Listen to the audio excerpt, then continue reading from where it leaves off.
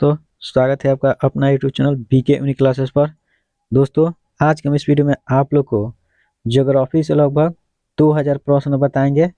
उसी का पहला सीरीज लेके आए हैं और इसमें हम लोग लगभग 100 प्रश्न देखेंगे। तो दोस्तों, अगर ये वीडियो आप लोग को अच्छा लगेगा तो जरूर हमारे बीके यूनिक क्लासेस को सब्सक्राइब कर लीजिएगा और वीडियो को लाइक जरूर कीजिएगा। तो आइए हम लोग लगभग एक एक करके सभी प्रश्नों को देखते हैं। अगर आपको आंसर पता होगा तो कमेंट करके जरूर बताइएगा। तो पहला यहाँ पे प्रश्न दिया हुआ है कि भूगोल का जनक किसे कहा जाता है। अगर आपको पता हो तो कमेंट करके जरूर बताइएगा। तो याद रखना है, भूगोल का जनक जो है हिक्केटियस को कहा जाता है।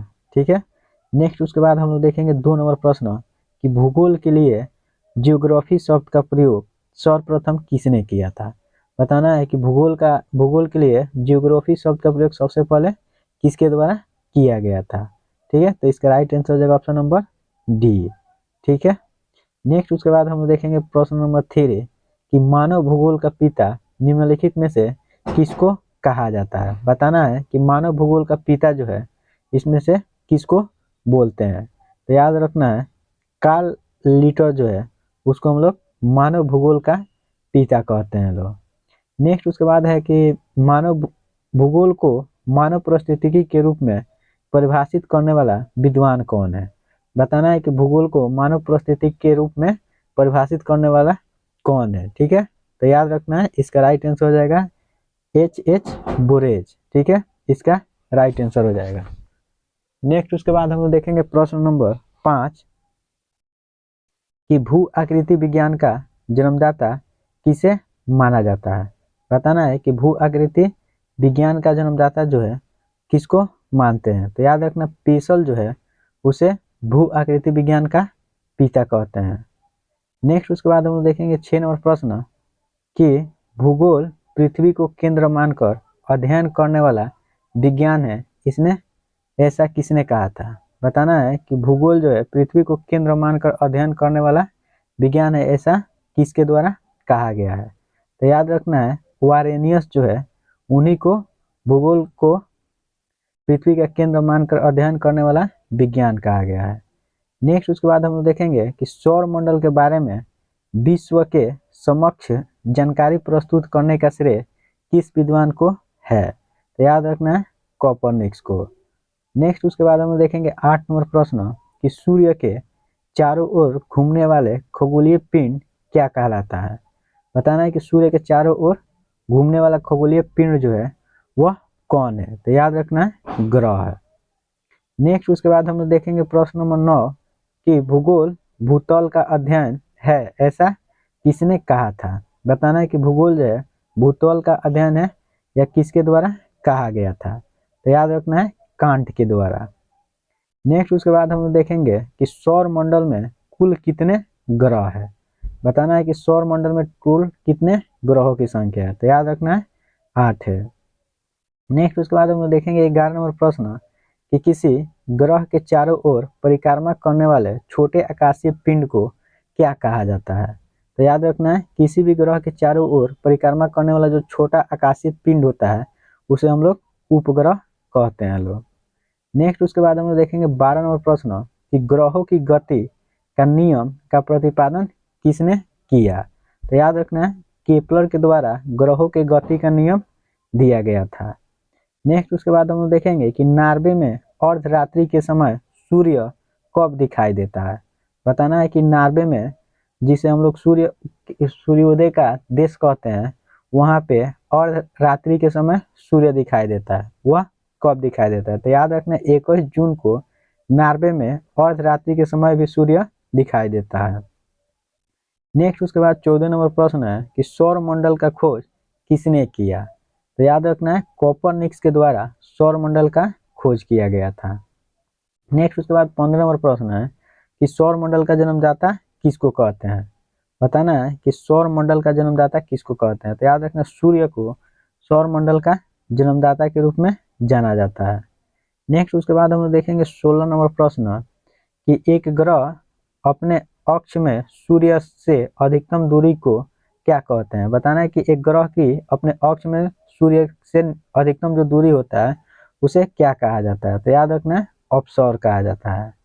नेक्स्ट उसके बाद हम देखेंगे 17वां नंबर प्रश्न कि एक ग्रह की अपने अक्ष में सूर्य से न्यूनतम दूरी को क्या कहा जाता है। तो याद रखना है उसे भी अपसौर ही बोलते हैं। नेक्स्ट प्रश्न है 18 नंबर कि अंतरिक्ष में कुल कितने तारामंडल है। तो याद रखना अंतरिक्ष में कुल 89 तारामंडल है। नेक्स्ट उसके बाद प्रश्न है कि पार्थिव ग्रहों की संख्या कितनी है। बताना है कि पार्थिव ग्रह जो है उसका संख्या कितना है। तो याद रखना है 4।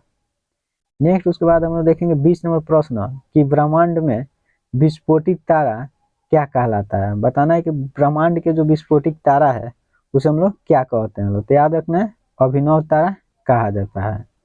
नेक्स्ट उसके बाद 21 नंबर प्रश्न है कि निम्नलिखित में से कौन एक तारा है। पृथ्वी है कि शुक्र है कि सूर्य है कि चंद्रमा है। तो याद रखना है सूर्य जो है वह एक प्रकार के तारा है। नेक्स्ट उसके बाद हम लोग प्रश्न देखेंगे 22 नंबर कि सूर्य का प्रकाश जो है धरती पर पहुंचने में कितना मिनट लगता है। तो याद रखना सूर्य के प्रकाश को पृथ्वी पे आने में 8 मिनट से लेकर 30 सेकेंड तक ले लगता है। नेक्स्ट उसके बाद प्रश्न है कि सूर्य के सबसे दूर कौन सा ग्रह है। बताना है कि सूर्य के सबसे दूर ग्रह कौन है। तो याद रखना सूर्य के सबसे दूर ग्रह वरुण है। नेक्स्ट उसके बाद हम देखेंगे कि कौन सा ग्रह सूर्य के सबसे निकट है। बताना है कि सूर्य के सबसे निकट ग्रह कौन है। तो याद रखना बुध जो है वह सूर्य के सबसे निकट ग्रह है। नेक्स्ट उसके बाद हम देखेंगे कि किस ग्रह में चंद्रमा की तरह कलाएं होती है। बताना है कि कौन सा ग्रह है जिसमें चंद्रमा की भांति कलाएं पाई जाती है। तो याद रखना है बुध में। नेक्स्ट उसके बाद हम लोग देखेंगे कि बुध सूर्य का एक चक्कर लगाने में कितना समय लेता है। बताना है कि बुध जो है वो सूर्य का एक चक्कर लगाने में कितना समय लगता है। तो याद रखना 88 दिन में बुध जो है सूर्य का एक चक्कर पूरा करता है।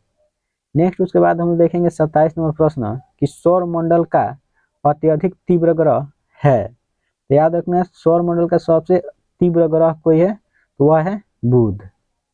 नेक्स्ट उसके बाद है कि निम्नलिखित में से किस ग्रह को पृथ्वी का वाहन कहा जाता है। तो याद रखना है शुक्र जो है उसे पृथ्वी का वाहन कहा जाता है, भोर का तारा कहा जाता है, शाम का तारा भी कहा जाता है। नेक्स्ट उसके बाद हम लोग देखेंगे कि दो ग्रह जिनके उपग्रह नहीं है। बताना है कि वैसा कौन सा दो ग्रह है जिसका कोई भी उपग्रह नहीं है। तो याद रखना शुक्र और बुध जो है जिसका एक भी उपग्रह नहीं होता है। नेक्स्ट उसके बाद हम 30 नंबर प्रश्न देखेंगे कि किस ग्रह को शाम का तारा कहा जाता है। तो अभी हम बताए थे शुक्र को शाम का तारा और भोर का तारा भी कहा जाता है। नेक्स्ट उसके बाद हम लोग प्रश्न देखेंगे कि यूरोपवासी किस ग्रह की पूजा देवी के रूप में करते हैं। बताना है कि यूरोपवासी जो है वहाँ पे किस ग्रह को मतलब देवी की तरह पूजा करते हैं लोग। तो याद रखना शुक्र को वहाँ के लोग देवी के भांति पूजा करते हैं लोग। नेक्स्ट उसके बाद प्रश्न है कि पृथ्वी की अपसौर स्थिति किस महीना में होती है। तो याद रखना है पृथ्वी की अपसौर जो है वो जनवरी के महीना में होती है। नेक्स्ट उसके बाद हम लोग देखेंगे 33 नंबर प्रश्न कि पृथ्वी की सबसे ऊपरी परत के लिए सर्वप्रथम सियाल शब्द का उपयोग किसके द्वारा किया गया है। तो याद रखना स्वेस जो है उन्हीं के द्वारा पृथ्वी के सबसे ऊपरी परत के लिए सियाल शब्द का उपयोग किया गया है।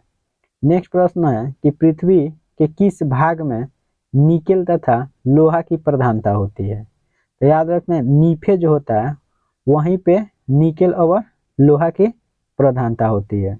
नेक्स्ट उसके बाद हम लोग प्रश्न देखेंगे कि भूपृष्ठ की किस परत में बेसाल्ट चट्टान पाया जाता है। तो याद रखना है सीमा में। नेक्स्ट उसके बाद प्रश्न है कि पृथ्वी की आंतरिक संरचना के संबंध में महत्वपूर्ण जानकारी का स्रोत क्या है। तो याद रखना है पृथ्वी की आंतरिक संरचना के संबंध में महत्वपूर्ण जानकारी जो है उसे हम लोग भूकंप विज्ञान कहते हैं लोग।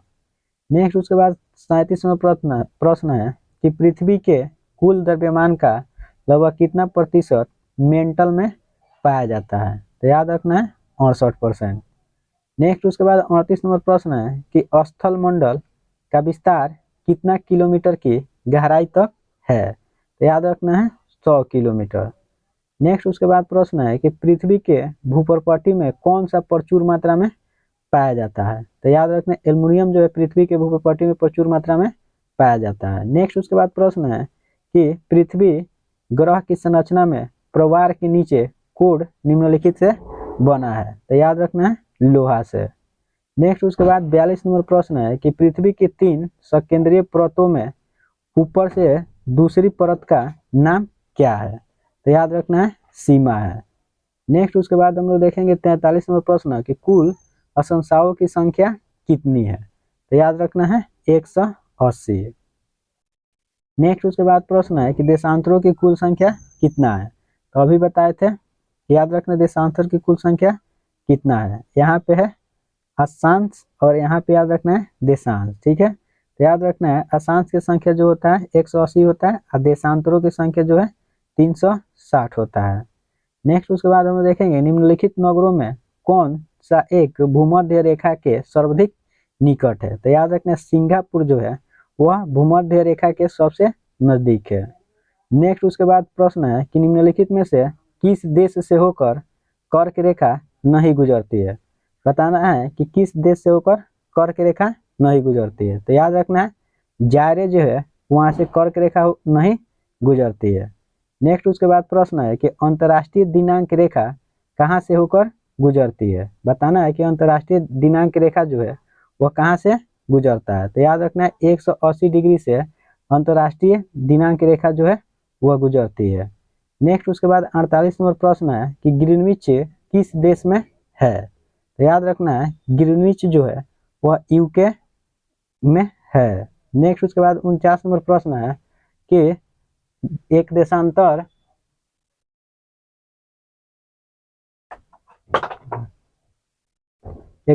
को पार करने में 2 स्थलों के स्थानीय समय के बीच क्या अंतर होता है? बताना है कि एक देशांतर को पार करने में 2 स्थानों के स्थानीय समय के बीच में क्या अंतर होता है? तो याद रखना है 4 मिनट। नेक्स्ट उसके बाद 50 नंबर प्रश्न है कि अंतर्राष्ट्रीय तिथि रेखा का निर्धारण किस वर्ष किया गया है? तो याद रखना है 1884 ईस्वी में। नेक्स्ट 51 नंबर प्रश्न दिया हुआ है कि भारत का प्रमाणिक समय किस स्थान से निश्चित किया जाता है? तो याद रखना है भारत का प्रमाणिक समय जो है इलाहाबाद से निश्चित किया जाता है। नेक्स्ट उसके बाद प्रश्न है कि भू पृष्ठ का कितना प्रतिशत भाग अवसादी शैलों से ढका है? तो याद रखना 75%। नेक्स्ट उसके बाद प्रश्न है 53 नंबर कि कोयला किस चट्टान में पाया जाता है? तो याद रखना कोयला जो है वह परतदार चट्टान में पाया जाता है। नेक्स्ट उसके बाद प्रश्न है कि निम्नलिखित में से कौन सा रूपांतरित चट्टान नहीं है? बताना है कि इसमें से कौन रूपांतरित चट्टान नहीं है। तो याद रखना ग्रेनाइट जो है वह रूपांतरित चट्टान नहीं है। नेक्स्ट उसके बाद प्रश्न है कि कौन कयानांतरित शैल है? तो याद रखना है संगमरमर जो है वह कयानांतरित शैल है। नेक्स्ट उसके बाद हम लोग प्रश्न देखेंगे कि विश्व का सबसे ऊंचा पर्वत शिखर कहाँ स्थित है? तो याद रखना नेपाल में विश्व का सबसे ऊंचा पर्वत शिखर है। नेक्स्ट उसके बाद हम लोग प्रश्न देखेंगे 57 नंबर कि निम्नलिखित में से कौन सी पर्वत श्रृंखला विश्व में सबसे बड़ी है? तो याद रखना एंडीज जो है वह विश्व के सबसे बड़ी पर्वत शिखर है। नेक्स्ट 58 नंबर प्रश्न है कि संसार का सर्वाधिक सक्रिय ज्वालामुखी है? बताना है कि संसार के सर्वाधिक सक्रिय ज्वालामुखी क्या है? तो याद रखना है किलायु जो है वह संसार के सर्वाधिक लोकप्रिय ज्वालामुखी है। नेक्स्ट उसके बाद प्रश्न है 59 नंबर कि कोटोपेक्सी कहाँ स्थित है? बताना है कि कोटोपेक्सी जो है वह कहाँ पे स्थित है? तो याद रखना है इक्वाडोर में कोटोपेक्सी स्थित है। नेक्स्ट उसके बाद हम देखेंगे कि वायुमंडल में नाइट्रोजन की प्रतिशत कितना है? तो याद रखना है 78% वायुमंडल में नाइट्रोजन की प्रतिशत है। नेक्स्ट उसके बाद हम देखेंगे 61 नंबर प्रश्न कि वायुमंडल में सर्वाधिक मात्रा में विद्यमान अक्रिय गैस कौन है? तो याद रखना है आर्गन। नेक्स्ट उसके बाद प्रश्न है कि वायुमंडल में सर्वाधिक कौन सी गैस मिलती है? तो याद रखना है नाइट्रोजन। नेक्स्ट उसके बाद हम लोग प्रश्न देखेंगे कि वायुमंडल में सर्वाधिक अस्थायी तत्व है? तो याद रखना है जलवाष्प। नेक्स्ट उसके बाद प्रश्न है कि लोयस पठार स्थित है। बताना है कि लोयस पठार कहाँ पर स्थित है, तो याद रखना है चीन में।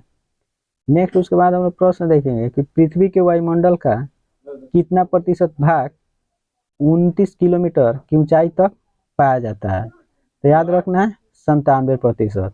नेक्स्ट उसके बाद प्रश्न है कि मेघ गर्जन वायुमंडल के किस परत में होता है, तो याद रखना है मेघ गर्जन जो है वायुमंडल के किस परत पर होता है, तो याद रखना है क्षोभ मंडल में। नेक्स्ट उसके बाद प्रश्न है 67 नंबर कि सूर्य के तीव्र किरणों द्वारा झुलसने से वायुमंडल की कौन सी गैस हमारी रक्षा करती है, तो याद रखना है ओजोन गैस। नेक्स्ट उसके बाद प्रश्न है कि शांत पेटी किस रेखा के दोनों ओर पाई जाती है। बताना है कि शांत पेटी जो है किस रेखा के दोनों ओर पाया जाता है, तो याद रखना है भूमध्य रेखा। नेक्स्ट उसके बाद प्रश्न है कि निम्नलिखित में से किसे प्राकृतिक सुरक्षा वाल्व कहा जाता है, तो याद रखना है ज्वालामुखी को। नेक्स्ट उसके बाद प्रश्न है कि विश्व का सबसे ऊंचा ज्वालामुखी पर्वत कोटोपेक्सी कहाँ स्थित है, तो याद रखना है इक्वाडोर में। नेक्स्ट उसके बाद है कि 71वां प्रश्न, निम्न में से कौन एक वलित पर्वत है। बताना है कि इसमें से कौन वलित पर्वत है, तो याद रखना हिमालय जो है वह एक प्रकार के वलित पर्वत है। नेक्स्ट है कि पठारी क्षेत्र में विश्व की कितनी प्रतिशत जनसंख्या निवास करती है, तो याद रखना है 9%। नेक्स्ट उसके बाद प्रश्न है कि भूकंप में धरातलीय तरंगे होती है। बताना है कि भूकंप में कौन सा धरातलीय तरंग होता है, तो याद रखना है एल तरंग। नेक्स्ट उसके बाद प्रश्न है कि नवीनतम पर्वतमाला है। बताना है कि नवीनतम पर्वतमाला इसमें से कौन है, तो याद रखना है यूराल जो है वह न्यूनतम पर्वतमाला है। नेक्स्ट 75वां प्रश्न है कि हिमालय की उत्पत्ति किस भूस्नति से हुई है, तो याद रखना है टेनिस। नेक्स्ट उसके बाद प्रश्न है कि विसुनियस ज्वालामुखी किस देश में स्थित है। बताना है कि विसुनियस ज्वालामुखी जो है वह किस देश में स्थित है, तो याद रखना है इटली में। नेक्स्ट उसके बाद प्रश्न है कि माउंट एवरेस्ट ज्वालामुखी निम्नलिखित में से किस महाद्वीप में स्थित है, तो याद रखना है अंटार्कटिका महादेश में। नेक्स्ट उसके बाद प्रश्न है कि वायुमंडल में सबसे अधिक ओजोन कहाँ पर केंद्रित है। बताना है कि वायुमंडल में सबसे अधिक ओजोन कहाँ पर केंद्रित है, तो याद रखना है स्ट्रेटोस्फीयर में सबसे अधिक मात्रा में ओजोन केंद्रित होता है। नेक्स्ट प्रश्न है कि पृथ्वी की सतह से सबसे दूर वायुमंडलीय परत किस नाम से विदित है, तो याद रखना है आयनमंडल। नेक्स्ट उसके बाद प्रश्न है कि दीर्घ रेडियो तरंग पृथ्वी की किस सतह से परावर्तित होती है, तो याद रखना है आयनमंडल से। नेक्स्ट उसके बाद प्रश्न है कि संचार उपग्रह किस वायुमंडलीय स्तर में स्थित होता है, तो याद रखना है आयनमंडल में। नेक्स्ट उसके बाद 82 नंबर प्रश्न है कि वायुमंडल के किस भाग में जलवाष्प की कुल मात्रा 90% भाग विद्यमान रहता है, तो याद रखना है क्षोभ मंडल में। नेक्स्ट उसके बाद प्रश्न है कि सामान्य वायुदाब पाया जाता है। बताना है कि सामान्य वायुदाब जो है वह कहाँ पर पाया जाता है, तो याद रखना है सागर के तल पर सामान्य वायुदाब पाया जाता है। नेक्स्ट उसके बाद प्रश्न है कि वायुमंडल में अचानक आने वाली कमी किसका सूचक होता है, तो याद रखना है तूफानी मौसम का। नेक्स्ट उसके बाद प्रश्न है कि वायुमंडल का कौन सा भाग रसायन मंडल का एक भाग है, तो याद रखना है ओजोन मंडल जो है वह एक रसायन मंडल का भाग होता है। नेक्स्ट प्रश्न है कि उच्च दाब क्षेत्र से भूमध्य सागर की ओर चलने वाली पवन होता है, तो याद रखना है व्यापारिक पवन। नेक्स्ट उसके बाद 87 नंबर प्रश्न है कि हवाई जहाज प्रायः उड़ाए जाते हैं। बताना है कि हवाई जहाज जो है कहाँ पर उड़ाया जाता है, तो याद रखना है समताप मंडल में हवाई जहाज को उड़ाया जाता है। नेक्स्ट उसके बाद 88 नंबर प्रश्न है कि वायुमंडल की सबसे निचली परत को क्या कहते हैं, तो याद रखना है क्षोभ मंडल जो है वायुमंडल के सबसे निचली परत को कहा जाता है। नेक्स्ट 89 नंबर प्रश्न है कि चक्रवात की आकृति इनमें से किस प्रकार होती है, तो याद रखना है चक्रवात जो होता है वह अंडाकार होता है। नेक्स्ट उसके बाद प्रश्न है कि चक्रवात का शांत क्षेत्र क्या कहलाता है। बताना है कि चक्रवात का शांत क्षेत्र जो है उसे हम लोग क्या कहते हैं, याद रखना है, चौसू कहते हैं लोग। नेक्स्ट उसके बाद प्रश्न है कि रेशेदार दिखाई देने वाले मेघ को क्या कहते हैं।